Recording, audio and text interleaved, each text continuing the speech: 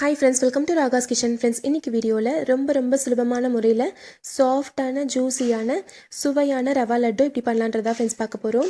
இந்த மெத்தடில் பண்ணும்போது ரொம்ப ஈஸியாக இருக்குங்க, ரொம்ப சுவையாகவும் இருக்கும். அதே மாதிரி ஒரு வாரத்துலேருந்து 10 நாள் வரைக்குமே நம்ம வந்துட்டு ஒரு ஏர்டைட் பாக்ஸில் வச்சு ஸ்டோர் பண்ணி அதை சாப்பிடலாம். நல்லா டேஸ்ட்டாக இருக்கும்.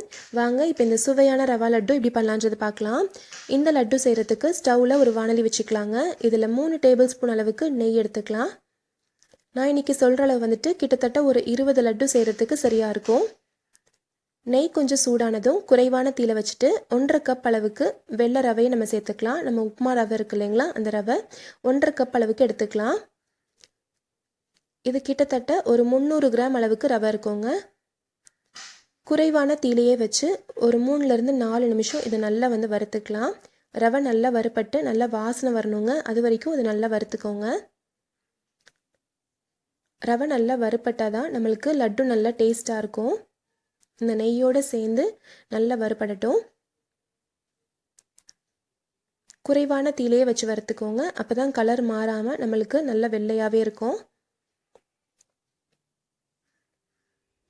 ஒரு 3 நிமிஷம் கிட்ட நல்லா வறுப்பட்டதும் இதில் கொஞ்சமாக காய்ந்த திராட்சை, முந்திரி, பாதாம் இதெல்லாம் பொடியாக நறுக்கி இதில் நம்ம சேர்த்துக்கலாம். இது நீங்கள் விருப்பப்பட்டால் நீங்கள் சேர்த்துக்கலாம். இது சேர்த்து நம்ம லட்டுவை செய்யும்போது நல்லா டேஸ்ட்டாக இருக்கும். இதை சேர்த்துட்டு ரவையோடவே சேர்ந்து இது நல்லா வறுப்படட்டும். ஒரு 2 நிமிஷம் கிட்ட இதை நல்லா வறுத்துக்கோங்க. இப்போ நல்லா வறுப்பட்டுருச்சுங்க. இப்போ இதில் 1/2 கப் அளவுக்கு டெசிகேட்டட் கோகோனட், அதாவது நம்ம தேங்காய் துருவல் இருக்கு இல்லைங்களா, அதில் நம்ம ப்ரௌன் பார்ட் இல்லாமல் வெள்ளை பகுதி மட்டும் நல்லா துருவி எடுத்துட்டு அதை குறைவான தீயில வச்சு நல்லா வறுத்து எடுத்து வச்சுருக்கேன். அதுதான் நம்ம டெசிகேட்டட் கோகோனட் அப்படின்னு சொல்கிறது. இந்த மாதிரி நம்ம வறுத்து எடுத்து வச்ச தேங்காய் ஒரு ஏர்டைட் பாக்ஸில் போட்டு நீங்கள் ஃப்ரிட்ஜில் வச்சிங்கன்னா 1 மாதம் ஆனாலுமே கெடாமல் இருக்குங்க. நம்ம இந்த மாதிரி ஸ்வீட்ஸில் செய்யும்போது நம்ம யூஸ் பண்ணிக்கலாம். ஸ்வீட்ஸ் சட்டுன்னு கெடாமல் இருக்கும். 1.5 கப் ரவைக்கு 1/2 கப் அளவுக்கு டெசிகேட்டட் கோகோனட் சேர்த்தா நம்மளுக்கு போதும்.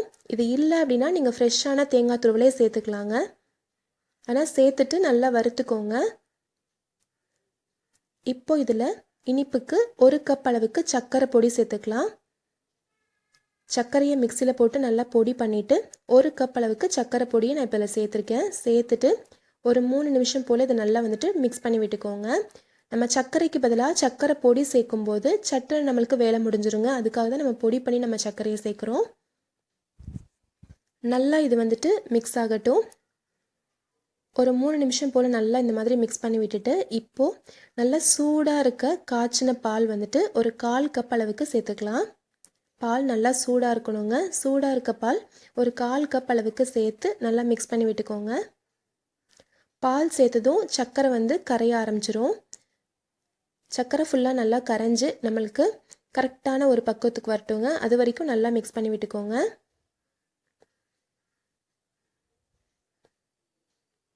இது எல்லாமே நீங்கள் லோ ஃப்ளேம்லேயே செய்யலாங்க. அப்போ தான் நம்மளுக்கு ரொம்ப ஈஸியாகவும் இருக்கும். பால் சேர்த்ததுக்கு அப்புறமா ஒரு 2லேருந்து 3 நிமிஷத்துக்கு மேலேயே நல்லா இந்த மாதிரி மிக்ஸ் பண்ணி விட்டுக்கோங்க. சர்க்கரை எல்லாமே நல்லா கரையணும்.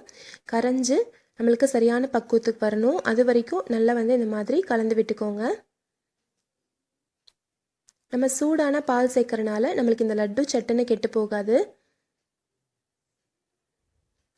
பாருங்கள், இப்போ சர்க்கரை எல்லாமே நல்லா கரைஞ்சி ஓரளவுக்கு நம்மளுக்கு கொஞ்சம் இலகி வந்திருக்கு.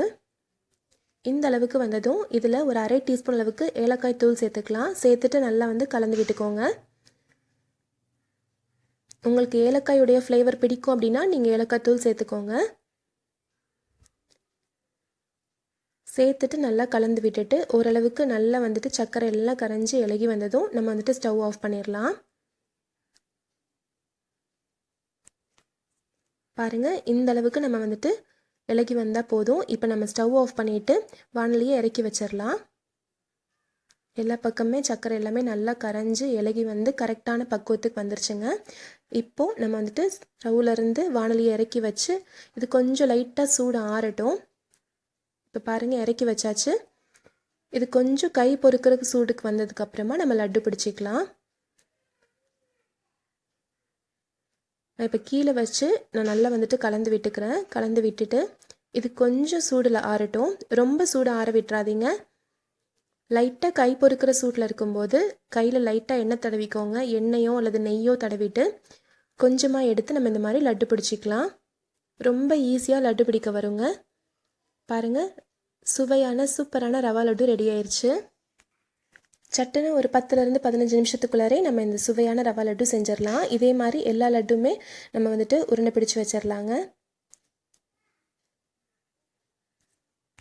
சாஃப்டான ஜூஸியான ரவா லட்டு ரெடி ஆயிடுச்சுங்க. கண்டிப்பாக நீங்களும் இதே மாதிரி ட்ரை பண்ணி பாருங்கள். இதே மாதிரி ட்ரை பண்ணி பார்த்துட்டு உங்களுக்கு எப்படி வந்துச்சுன்றதை சொல்லுங்கள் ஃப்ரெண்ட்ஸ். இந்த ரெசிபி உங்களுக்கு பிடிச்சிருந்துச்சுன்னா நம்ம சேனல் ராகாஸ் கிச்சனில் ஒரு லைக் கொடுங்க. ஃப்ரெண்ட்ஸ் கூட ஷேர் பண்ணிக்கோங்க. சப்ஸ்கிரைப் பண்ணி வச்சுக்கோங்க. தேங்க்யூ.